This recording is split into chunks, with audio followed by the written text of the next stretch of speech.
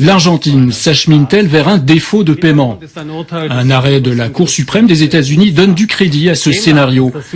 L'État argentin doit payer 1,3 milliard de dollars à 2 fonds d'investissement américains dans les 2 semaines.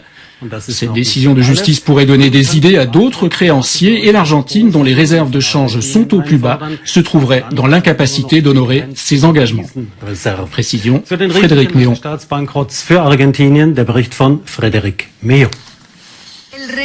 La présidente argentine a décidé de frapper les esprits. Graphique à l'appui, elle montre que le fonds spéculatif américain NML a gagné plus de 1600% en rachetant de la dette argentine à bas prix en 2008 au moment de la crise financière. Pour Cristina Kirchner, c'en est trop. Il faut distinguer ce qui relève de la négociation et ce qui relève de l'extorsion.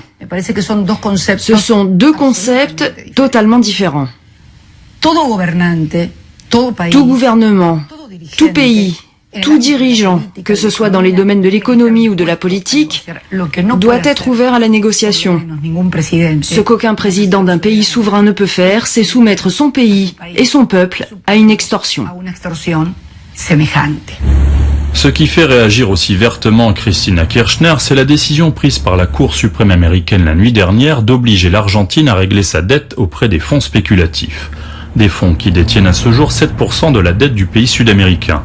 Les créanciers des 93% restants ont accepté il y a un peu plus de 2 semaines un rééchelonnement des arriérés datant de 2001 de la dette de l'Argentine et d'être remboursés moins que prévu.